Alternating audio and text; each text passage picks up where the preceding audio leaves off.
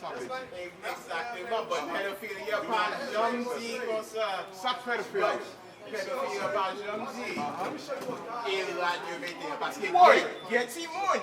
Quand pile histoire, Timon, il y a bien pyjama sous quoi, il y a long là-dessus, quoi, il y a toujours. On va n'importe crime faire. Et puis c'est voler, et puis c'est cardiaque sous forme. Ça fait cause de faire crime. Parce que ça y est, ouais. People, pareil, avant on ne pas faire un crime. C'est un crime sexuel, c'est à Dieu qui fait crime. Il y a un bâti crime dans la tête. Même gens on fait le faire. Ça active le crime parce que les jeunes si moun habillés, les gens pas habillés. Même comme parents, comme papa qui mal, il faut qu'on protège si moun. Bah, parole là. Il faut qu'on protège. Parce que avant qu'on mette pantalon, il n'y a pas de gens qui font déjà. Oui, il y a des gens qui font. Non, mais je dis ça activé. Parce que les gens, ils il y a toujours ces gars.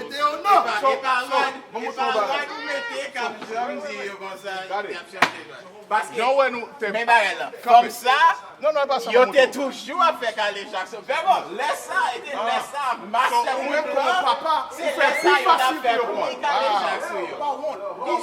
Ça, plus facile. Yo prend ça, yo lève. Mais qui je fais aujourd'hui? Yo just fait vidéo, ces jeunes Simona, yo plaqué sur Internet. You got all the pedophiles, got bonne photo. Jean l'habillé. Yes. L'autre c'est chercher, pour y chercher. Qu'on y a fait facile pour activer madame jeune fille. Ça fait ou quitter tout tourner, qu'on y a la nègre même c'est une petite photo, yo bonne photo Timono. Vous faites facile. Est-ce qu'on va protéger Timono? Non. Et ça protéger. Il va prendre photo ça. Chapitre 6. C'était une photo elle bonne tout. Assez fait excuse pour pécher. Pas fait excuse pour pécher. Deutéronome chapitre 6 verset 7. Menez bayo. Bay petit nous yo. En montrer yo bay petit tout yo. Comment? Na répéter yo dans oreilles yo. Répéter la loi dans les oreilles. Côté yo, ça montrer si nous c'est la loi.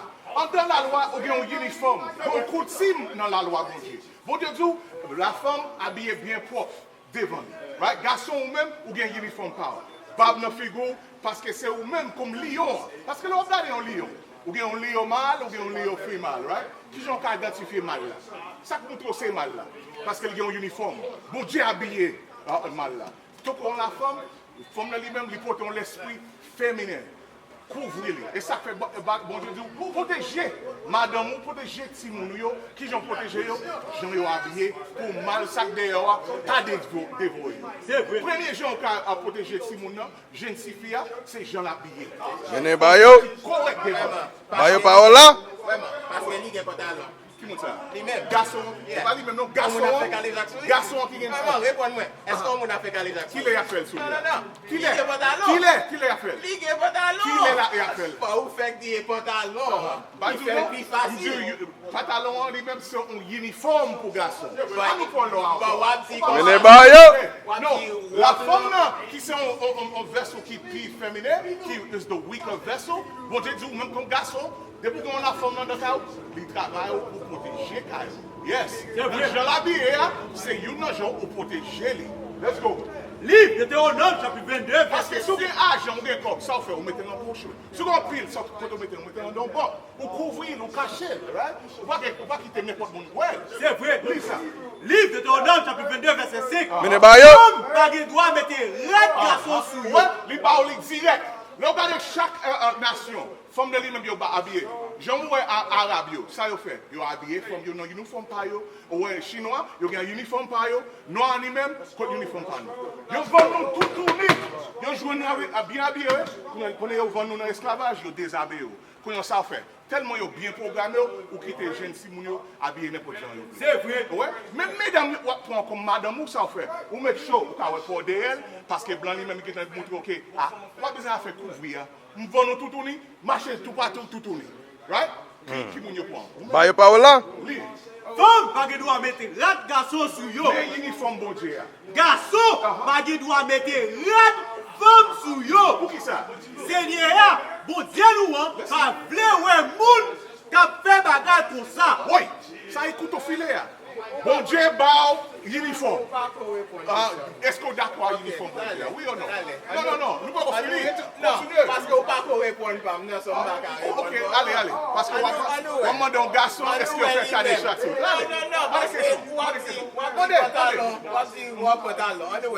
anyway, lui-même.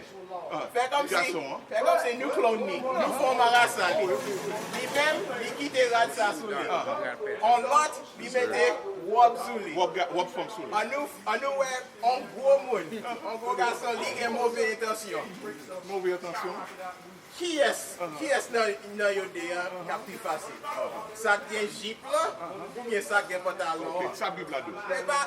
Et ça Bible là-dedans. Même nous camper sous Bible là. Est-ce qu'on camper sous lui? Non, et pas ça va sur Listen. Est-ce qu'on camper sous la loi de Dieu? Oui. On dit jeep là plus facile? Qui ça? On dit pantalon plus facile? C'est pas ça bon Dieu tout. Bon Dieu tout comme ça, pas faire ça, parce que... Est-ce que jeep là plus facile? Qui est plus facile là?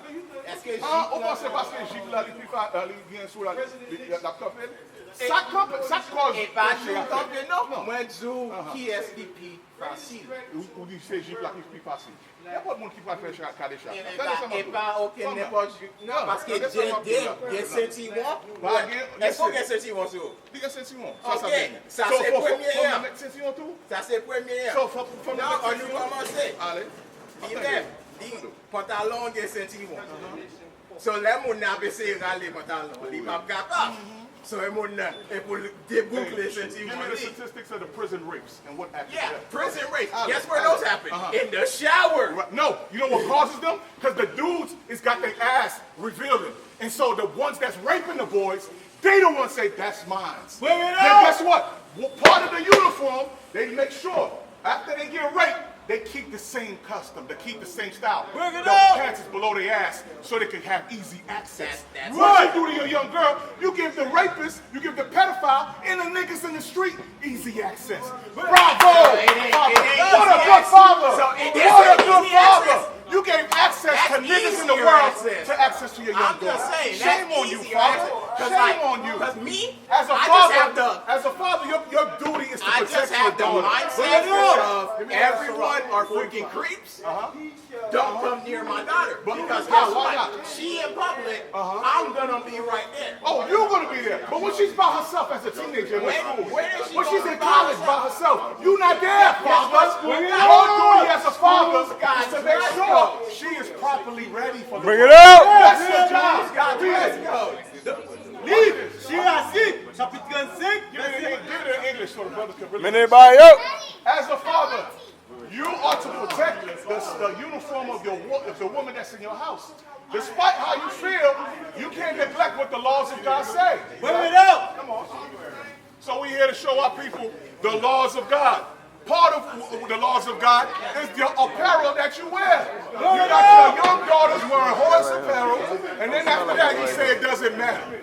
Read what you got. The book of Ecclesiastes, chapter 35. Come on, you have to come on in, man. Watch this. Go ahead. You can't give me Proverbs 10 about the father waiting for his daughter. 42. 42. The book of Sirach, chapter 42 and verse 7. This is the importance of a father. Yes, what your daughter wears, what your son wears is very important. God has a uniform. He gave the custom of his uniform in the Bible. So for you as a father to send out your daughters half naked with their behind showing, guess what? You are deadbeat down. Right. You just set your daughter up to be whored out. You set your daughter up to be possibly raped. The laws of the scriptures is here to protect us as a nation. Y'all got to understand that. Read what you got. Now the excuse the brother said is, well, just wearing a dress, will that stop a rapist from raping? Let's see. The book of Ecclesiastes. That's your question, brother? That's what you said. Your comment was, if the brother was wearing either a pants or a dress, would that stop the rapist? I said which one is easier. Like, let's look over there. You Mama's see her? wearing that. Okay. You see the one in the dress and the one in jeans. Right. So what's your point behind Let's that? say a rapist just wants to rape. He don't. he don't got time. Okay. He don't got time to pick. Right on. He just wants to rape and then dip out of there. Now back to the point. Which one easier? Now, I back said to which the one point. easier. I'm not asking intent. I'm asking which one's easier. Right. Like which one? I understand your point. 30 seconds or less. That's all he You're needs. saying He the don't dress need. is important. He don't need any. Read what you got. He The don't book of need any Izrayèl, kind of chapter situation. 42 and verse 9. The father wept for the daughter. What should the father do?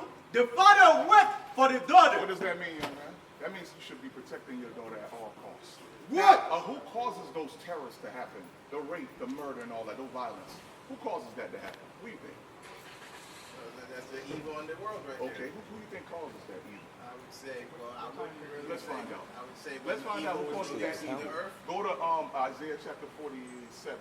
Let's see who causes that evil. Was it 45 and 7? Watch. Because what you're going to realize today is, based on your obedience and disobedience, it's going to cause your steps that day. You disobey God, who created your heartbeat, guess what? Evil is going to be set up for you because you set yourself up on a disobedient path. What? The book of Isaiah, chapter 45 and verse 7. Let's Bring go. it up. Form the light God said, I formed the light. and create He darkness. also creates darkness. Come on. I make peace He makes peace. and create evil. And he creates what? And create evil. Being violently raped. Is that evil or good? That makes no. God, the creator, just told you, he creates both of those things. We're going to find out why he creates those things. Give me that in Deuteronomy. What you got? You're going to be right here. Yeah, okay, hold that. Give me that in Deuteronomy now, 26 and 11. The reason why the evil and the good is created is to prove you to see who you're going to serve, right? Because if you decide to do it your way, which most of us people think, my wisdom and understanding, my common sense supersedes God's law, this is what you got set up for you. Go ahead. The book of Deuteronomy, chapter 26 Verse and, 11. and verse 11. Bring it up. And thou shalt rejoice in every... 11, 23. So you saying that's harder? No, that's not good either.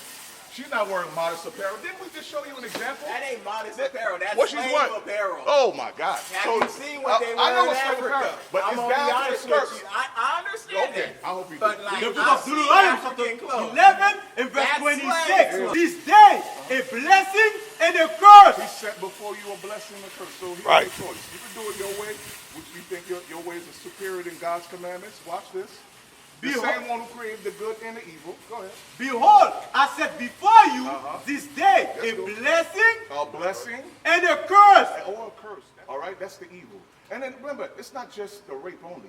It's also becoming a single mother. Right. Being that single parent by yourself, pregnant at a young age. Right. Those are the reason why the Lord got the laws in place to protect your daughter. Right. Lord, A blessing, what? a blessing A blessing what? If you do what? if you obey the commandments of the Lord. No, if you think, oh man, what's easier access? If you obey the commandments of the Lord your God, Come on, read on. which I command you this day. Which Moses encouraged you the same way we're doing today. Brother, take heed to the commandments of the Lord. He'll organize your steps. He'll make sure your daughter is married to a righteous man like yourself, who's supposed to be righteous, keeping God's commandments, right? Read on. And a curse, You know what? and a curse, Remember, he said he created good and evil. Read on. if you will not obey. So, if you don't want to do it, you think your theory is superior to God, the one who creates those incidents of drive-by. Look. Hey, brothers, help the brother out. Come on. See that? Come on, read. And a curse, if you will not obey the commandments of the Lord. One of the number one curses that we suffer as a community right now, is we're the first ones with single-parent home.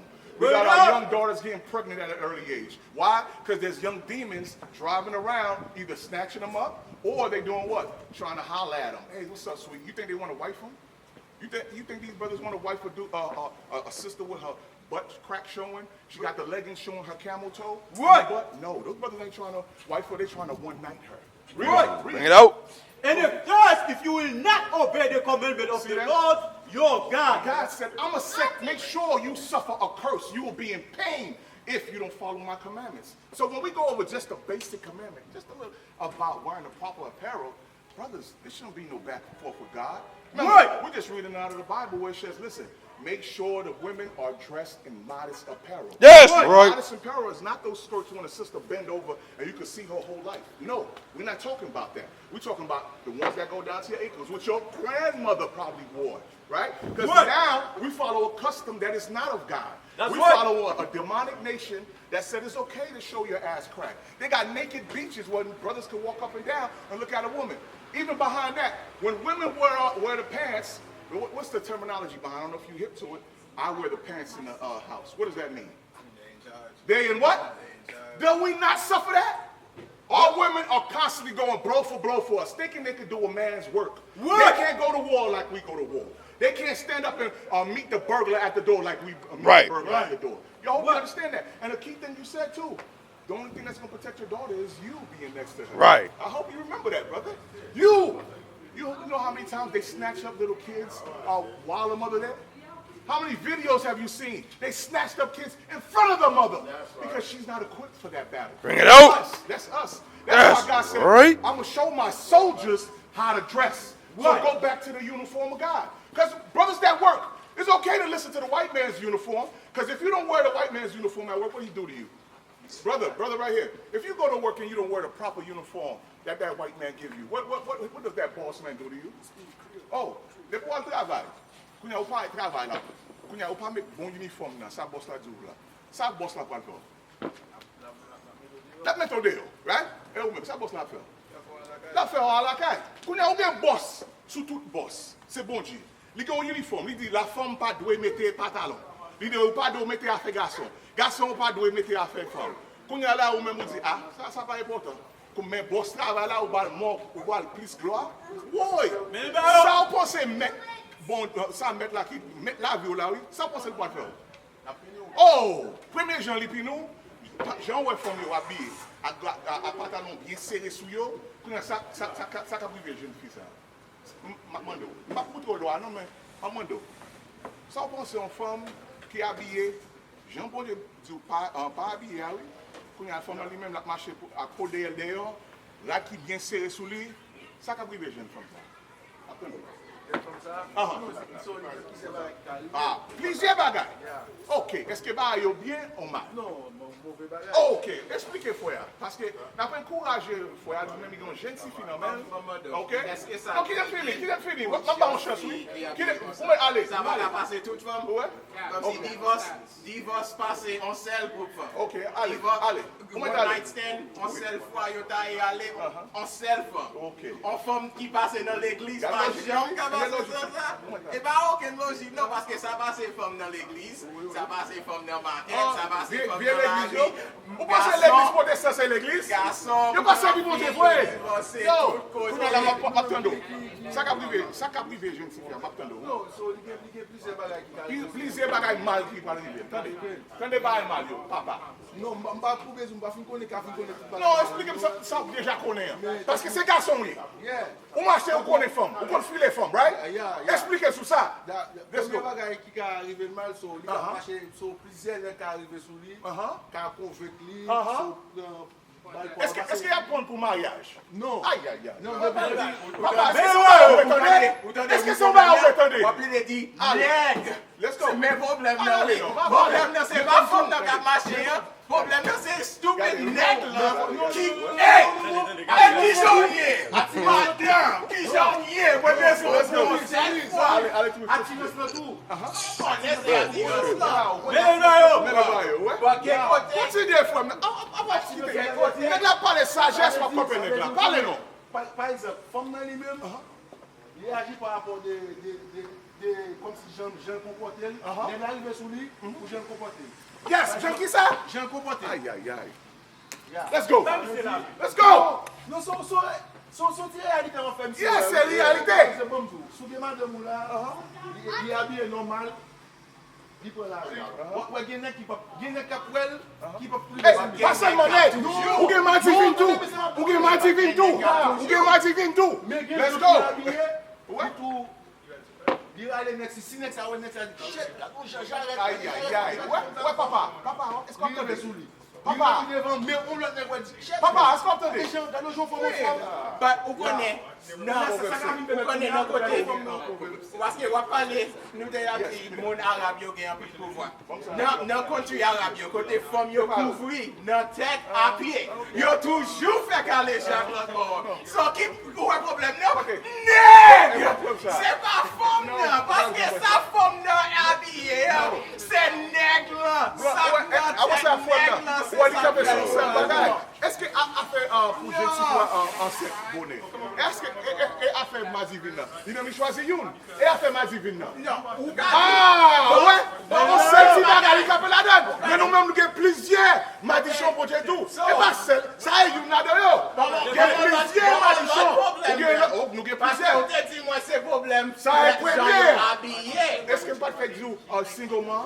Pas du il parle Single man, ça pas fait tout du côté. Mazivi. Hein?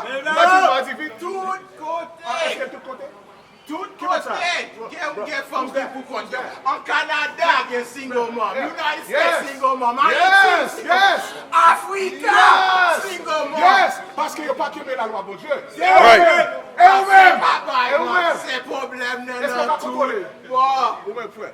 Est-ce qu'on va contrôler tout le monde? Est-ce que c'est le monde qui a dit la vérité? There you go. Ouais. Où est-ce qu'on est allé? Canada, Afrique et en Caillou. Ça qui t'était va parler là? Problème là, c'est en Caillou. Problème là, c'est en Caillou. Livre, Proverbe, chapitre 7, verset 10. Madame là, même, vient contrer lui. Attendez, oui. Il était habillé tant pour une jeunesse. Comme qui j'en ai habillé? Tant pour une jeunesse. Mais frère, fait expliquer qui mon pas target. Ouais? Après ça, frère, expliquer qui a des nègres, right? Est-ce que tu as fait caler? Non, il dit, nègres qui filent femmes, gens yo habillés. Il a dit, mais uniforme pour protéger les jeunes filles. Attendez, oui. Donc, il était habillé tant pour une jeunesse. Il est habillé pour une jeunesse? À toute plan derrière tête lui. À qui ça? À toute plan derrière tête lui. Ça dans la Bible. La Bible montre qui a été femme pour pas choisir.